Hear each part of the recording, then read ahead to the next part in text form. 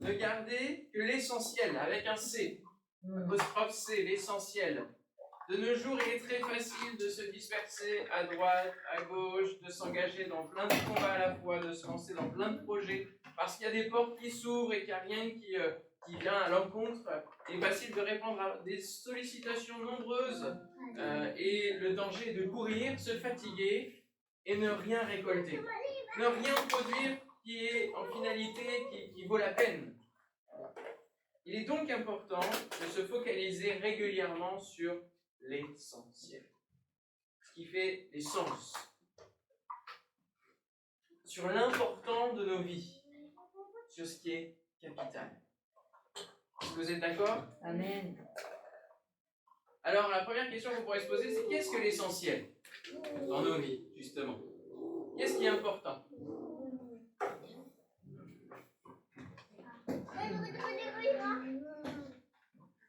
Important, c'est faire des études qui nous plaisent. Important, c'est travailler dans quelque chose qui nous plaît. Dans un travail qui est... Voilà, on aime ça. Important, c'est se marier. On l'a vu la semaine dernière. Important, c'est fonder une famille. Important, c'est devenir propriétaire. L'essentiel, c'est avoir de multiples envies, différentes selon chacun, communes pour les grandes lignes que je viens de citer ici. Ce sont des étapes importantes. Mais est-ce que c'est l'essentiel? Non, c'est préparer sa place dans le ciel. Eh oui, c'est sûr. C'est là que vient l'histoire de l'éternité. Parce qu'une fois qu'on s'en va, qu'est-ce qui reste de tout cela? Devenir propriétaire, on n'emmène rien avec nous. Fonder une famille, c'est véritablement un projet terrestre que Dieu veut pour nous. Le travail, il n'y en aura plus quand on sera mort. Hein. On sera peut-être tué à la tâche d'ailleurs. Faire des études qui nous plaisent, c'est bien toutes ces choses-là. On a différentes envies et c'est pas mal. Mais ce n'est pas l'essentiel. L'essentiel, c'est qu'est-ce qu'il y a à la fin de ma vie? Qu'est-ce qui va rester de tous ces efforts? Est-ce que c'est un nom, une histoire, une marque? Peut-être. Ou rien du tout. Ce qui reste au bout, c'est l'éternité. Et c'est de savoir où est-ce qu'on va la passer. C'est là que le salut est important. Et qu'il faut s'en préoccuper dès maintenant de notre éternité. Ce n'est pas au moment où l'éternité arrivera qu'il faudra s'en occuper, ce sera trop tard. Alors savez-vous, première question de ce matin, savez-vous si vous êtes sauvé de votre manière de vivre? Est-ce que vous êtes sauvé? Amen. Oui, on le croit. C'est important de se poser la question. On le croit. C'est important de te poser la question. Est-ce que tu es sauvé? Pour cela, il faut suivre Jésus quand il passe sur le chemin de ta vie, quand il passe près de vous, et on le voit à différents endroits dans les évangiles, il va passer près de des tas de personnes, des tas de gens. Et certains seulement vont saisir Jésus qui va passer sur le chemin. Un homme, on va parler d'un homme pour commencer, qui a saisi Jésus sur le chemin. Il en a entendu parler parce qu'il ne pouvait pas le voir. Il s'agit de Bartimée, le fils de Timée. On va aller dans Marc 10, verset 46. Marc 10, verset 46. Bartimée.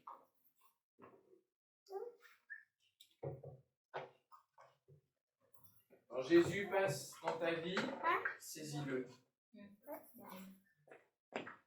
Ils arrivèrent à Jéricho, et lorsque Jésus en sortit avec ses disciples, une assez grande foule, le fils de Timée, Bartimée, mendiant aveugle, était assis au bord du chemin. Il entendit que Jésus de Nazareth était là. Il se mit à crier « Fils de David, aie pitié de moi !» Plusieurs le reprenaient pour le faire taire, mais il criait beaucoup plus fort « Fils de David, aie pitié de moi !» Jésus s'arrêta et dit « Appelez-le !» Ils appelèrent l'aveugle en lui disant « Prends courage, lève-toi, il t'appelle !» Le discours de la foule change. Et ça, ce n'est pas à considérer. Il faut aller focaliser sur l'essentiel. L'aveugle jeta son manteau, il se focalise sur l'essentiel. L'essentiel, c'est Jésus. Alors il laisse son ancienne vie, il laisse son manteau, parce qu'il sait que là est la source. Et se levant d'un bond, il vint vers Jésus. Jésus, prenant la parole, lui dit, que veux-tu que je te fasse? Autrement dit, il pose la question sur l'essentiel. Qu'est-ce qui est l'essentiel? Il y a la guérison, oui. C'est ce qu'il va demander, Bartimée. Rabouni lui répondit l'aveugle, que je recouvre la vue, que j'ai une meilleure vie ici-bas, mais ce n'est pas suffisant. Jésus va lui répondre, va, ta foi t'a sauvé. Aussitôt, il recouvra la vue et suivit Jésus dans le chemin. L'important, c'est de suivre Jésus dans le chemin. C'est ça l'important. C'est pas seulement d'être guéri physiquement, c'est pas seulement de recevoir la bénédiction, mais c'est de suivre Jésus sur le chemin. C'est ça qui nous a apporté le salut pour l'éternité. Et une fois que tu es sauvé, il ne s'agit pas de reprendre la vie que tu avais avant. Tout change lorsque Jésus passe sur le chemin et que nous saisissons, que nous le prenons par la main, ou qu'il nous prend par la main. Prenez-le comme vous voulez, mais en tout cas que l'on commence une marche en nouveauté de vie. Nous ne sommes plus arrêtés sur le bord du chemin de notre vie, aveugles sur nos propres difficultés, sur notre propre caractère qui parfois n'est pas si bon que ça, que l'on pense être. Ce n'est plus moi l'important qui vit, ni mes envies, ni ma volonté, c'est lui l'important. Amen. Amen. C'est lui qui règne. Ce n'est plus moi qui vis, ce n'est plus le moi, mais c'est Christ qui règne.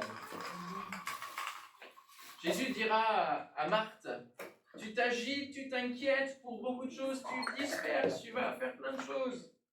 Une seule chose est nécessaire, une seule. L'essentiel, une seule. C'est quoi? C'est Christ. S'asseoir et écouter Jésus. Être à ses pieds. Amen. Marie a choisi la bonne part qui ne lui sera point ôtée. Elle lui sera point ôtée dans l'éternité. En fait, elle construit quelque chose pour l'éternité. C'est-à-dire que la mort n'ôtera pas ce que Marie a choisi de faire à ce moment-là, à savoir écouter Christ. Amen. Et ça, c'est important. Après avoir vu l'essentiel c'est Jésus, l'essentiel c'est de laisser son ancienne vie, d'être sauvé, de marcher à sa suite, de marcher avec lui. Il faut l'écouter comme un bon disciple. Parce que ce que nous sommes, nous passons d'un mendiant aveugle à un disciple. Nous sommes appelés à être des disciples. Et un disciple, il fait quoi? Il est au pied du Il maître. écoute son maître et il met en pratique. Malheureusement, il y a parfois des choses qui nous empêchent d'avancer, qui nous empêchent de véritablement saisir Jésus, qui nous empêchent d'aller vers l'essentiel. Ce sont toutes ces choses que je décrivais qui parfois peuvent nous emmener à nous disperser, à perdre de vue l'essentiel.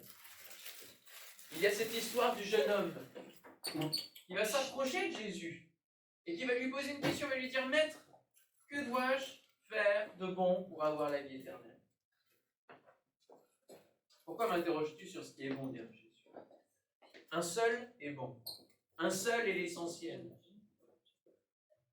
Si tu veux entrer dans la vie, applique les commandements. Lesquels demande à l'autre? Eh bien, répondit Jésus, tu ne commettras point de meurtre, honore ton père et ta mère, etc. Tout cela, lui dit le jeune homme, je l'ai appliqué. Que me manque-t-il encore? Il savait bien qu'il ne touchait pas du doigt l'essentiel de sa vie. Jésus lui répondit, si tu veux être parfait, va vendre tes biens, distribue le produit de la vente aux pauvres, et tu auras un capital dans le ciel. Voilà ce qui est capital. C'est celui qui est dans le ciel. Puis viens et suis-moi. Quand il entendit cela, le jeune homme s'en alla. Comment? Triste. Tout triste. Car il était riche. On peut être accaparé par plein de choses, on peut être alourdi par des manteaux tellement lourds que cela nous empêche de suivre l'essentiel, de suivre Jésus.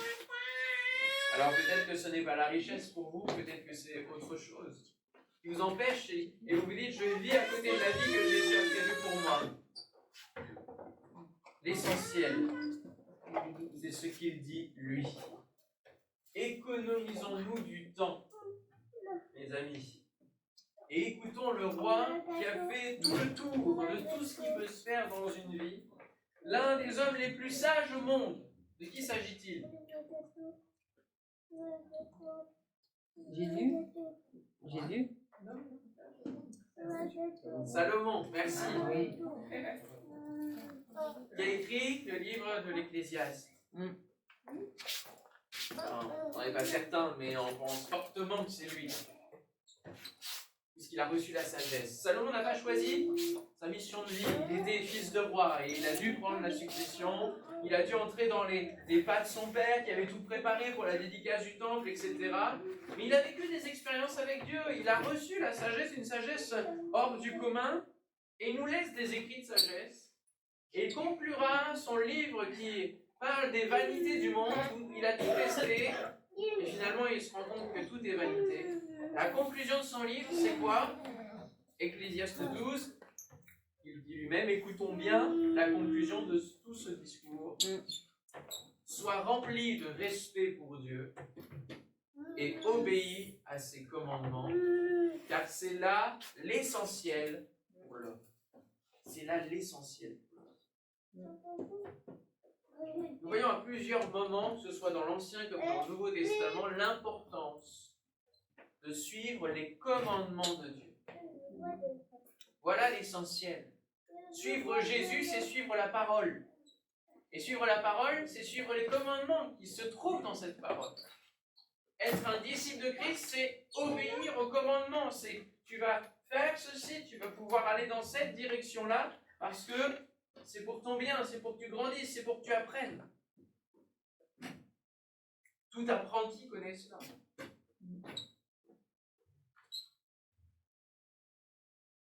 L'importance d'obéir au commandement. L'important, c'est ce qu'il dit. L'essentiel, c'est ce qu'il dit. Jésus dira à ses disciples dans son discours, un grand discours avant la croix, l'épreuve de la croix, « Si vous gardez mes commandements, vous demeurerez dans mon amour, de même que j'ai gardé les commandements de mon Père et que je demeure dans son amour. »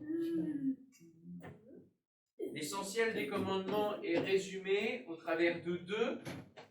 Il se trouve dans Luc 10. Il répondit, tu aimeras le Seigneur ton Dieu de tout ton cœur, de toute ton âme, de toute ta force et de toute ta pensée, et ton prochain comme toi-même.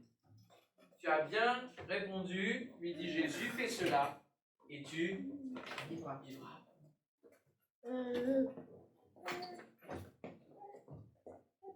Les commandements sont résumés aussi dans l'Épître aux Romains, dans le deuxième chapitre qui parle de la vie pratique du chrétien. On a Romains 12 et Romains 13. Dans Romains 13, versets 8 et 9, il est dit « Ne devez rien à personne, si ce n'est de vous aimer les uns les autres.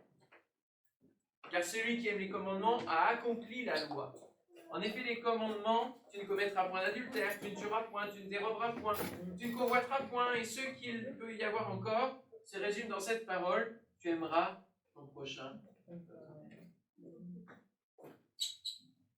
Alors voici d'autres questions pour vous. Aimes-tu Dieu de tout ton cœur, de toute ton âme, de toute ta force, de toute ton énergie? Est-ce que tu la mets dans l'amour pour Dieu, de toute ta pensée? Est-ce que nos pensées sont captives à l'obéissance de Christ, comme le dit cet autre verset? Est-ce qu'elles sont dirigées vers Dieu à chaque matin où nous nous levons? Est-ce que nous pensons tout de suite à Dieu? Est-ce que nous sommes omnubilés par Dieu tout au long de notre journée?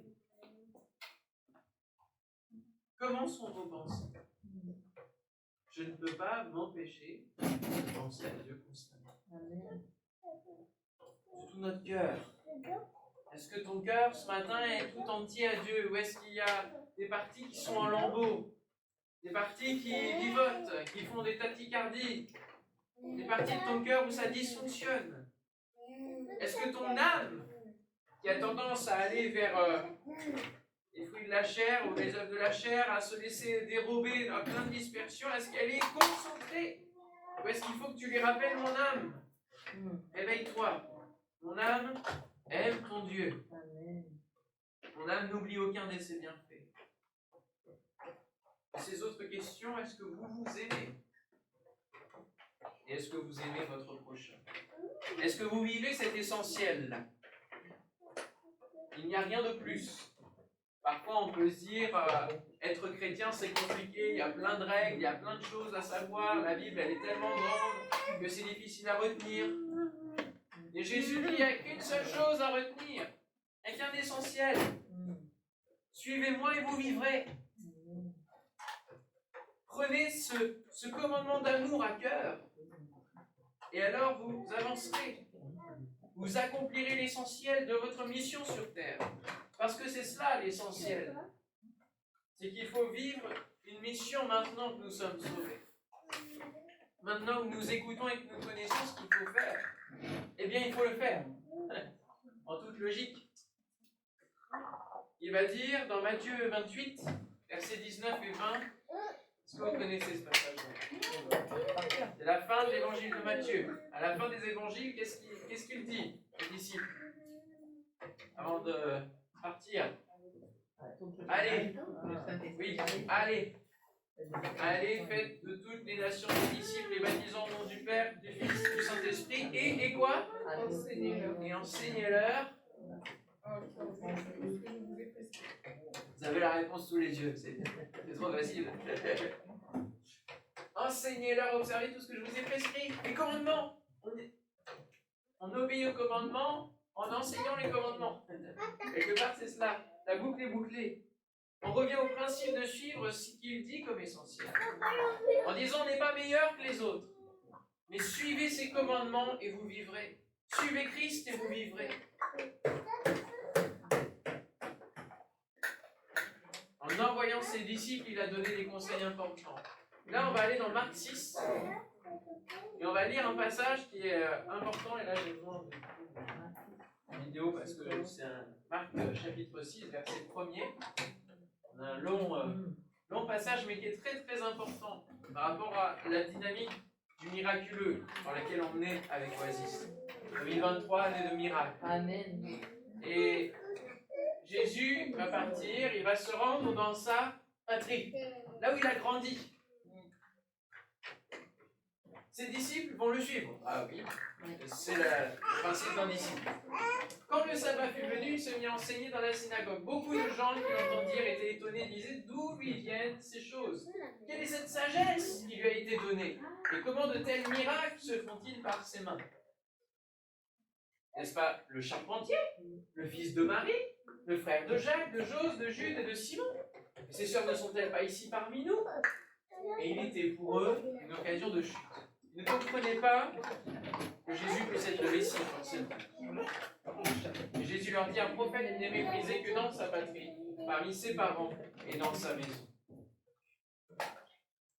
Il ne put faire là aucun miracle, si ce n'est qu'il imposa les mains à quelques malades et les guérit.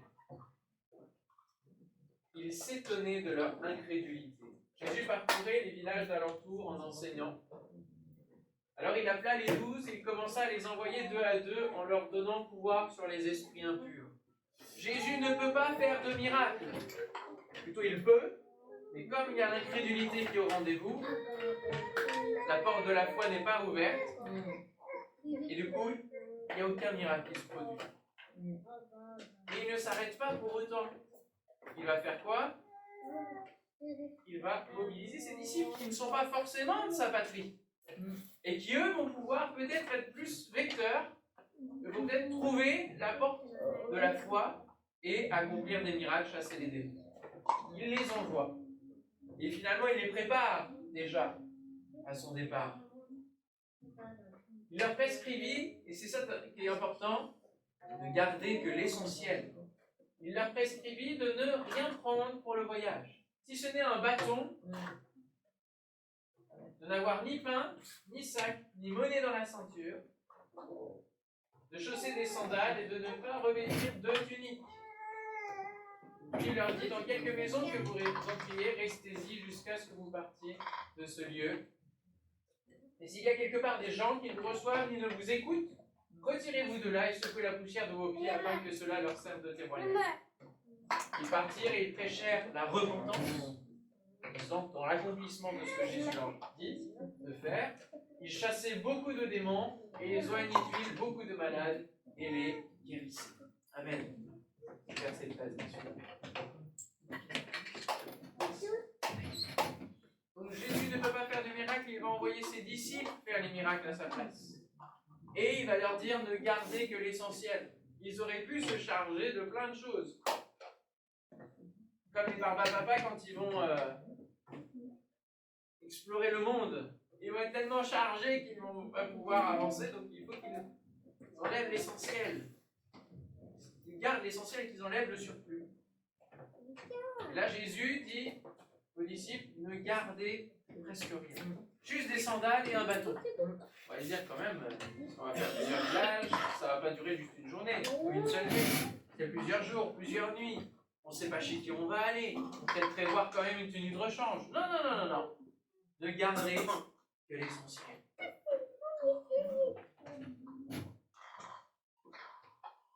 Le bâton, ça vous fait penser à quelque chose? Oui, la verbe de nuit. Oui, et oui. Nous sommes là dans le même état de condition que le peuple hébreu dans le désert, à la sortie d'Égypte. Une fois que tu sors du pays d'Égypte, tu sors de ton ancienne vie, tu n'as qu'un bâton et des sandales qui ne s'usent pas. Pourquoi? Parce que Dieu fait grâce. Parce que Dieu est avec toi. Et parce que c'est le miraculeux, c'est ce qui va descendre du ciel qui va se manifester au travers de toi. Tu n'as besoin de rien d'autre. Ne gardez que l'essentiel. Ce qui est du ciel va passer au travers de vous. L'important pour eux, c'était de rester focalisé sur quoi? Sur prêcher la parole, la repentance, chasser les démons, guérir les malades. Dieu nous a amenés ici ensemble. Suivez-moi bien, parce que c'est important, ça nous concerne. Dieu nous a amenés ici ensemble. N'est-ce pas? On vient de différents endroits, de différents pays. Mais nous sommes là ce matin. Et il veut que nous accomplissions cette mission de prêcher la parole, de chasser les démons, de guérir les malades à Fred, à Anthony, dans ce bassin. Et il nous demande, pour pouvoir vivre le miraculeux, pour pouvoir vivre l'essentiel, de se dépouiller de toutes les autres choses, de se consacrer pleinement à lui. Je veux vivre ça. Je veux vivre ce que Jésus me demande de vivre. Est-ce que vous voulez vivre cela? Qu'est-ce que vous devez enlever comme manteau ce matin?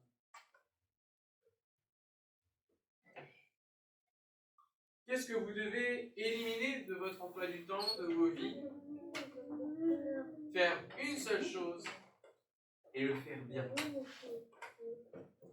Faire une seule chose et le faire jusqu'au bout.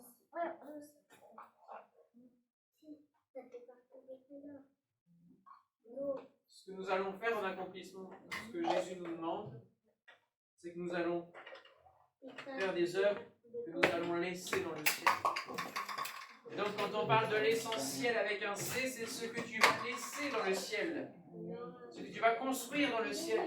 Qu'est-ce qui, de cette terre-là, va être laissé déposer un petit peu comme une avance dans le ciel?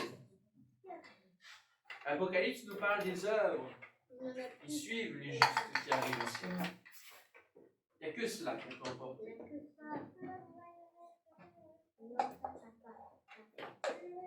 J'aimerais vous présenter maintenant, on va prier, et je vais vous présenter le plan d'action qu'on a prévu, faire une seule chose avec Oasis. On va prier pour que déjà le Saint-Esprit puisse nous dire ce que nous devons laisser comme manteau, comme partie du manteau.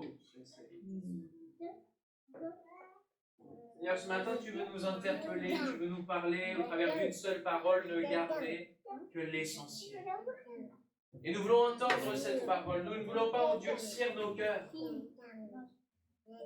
Et nous voulons, Seigneur, même si parfois ça peut être des sacrifices, même si parfois ça va être faire des choix difficiles, Parce que nous aimons faire plusieurs choses, nous aimons répondre. Nous avons peut-être plein de projets en tête. Seigneur, tu nous appelles à une seule chose. Prêcher la parole. Chasser les démons. Guérir les malades. Nous consacrer et passer du temps avec toi, auprès de toi. Seigneur, ce matin, viens poser ta main sur nos vies et parler à nos cœurs, afin que nous ne soyons pas seulement chrétiens, mais que nous soyons avant tout disciples, et que nous puissions obéir à tes commandements. Donne-nous, Seigneur mon Dieu, de pouvoir t'aimer de tout notre cœur. Viens guérir notre cœur si notre cœur n'est pas tout entier à toi. De toute notre âme, de toute notre force, de toute notre pensée, au nom de Jésus. Merci Seigneur de ce que tu te manifestes au milieu de nous. Tu bénis ceux qui ne sont pas là aussi, Seigneur, bénis-les. Bénis ceux qui regarderont sur Internet, Seigneur. Pose ta main maintenant sur eux. Donne-leur, Seigneur, de garder que l'essentiel et de vivre avec toi. Prendre ta main et d'avancer sur ce chemin. De simplement t'écouter et de ne pas nous inquiéter de tout ce qui peut nous vêtir, nous nourrir, parce que de tout cela, c'est toi qui en as la charge. Seigneur, donne-nous de rechercher premièrement le royaume et la justice. Au nom de Jésus. Amen. Amen.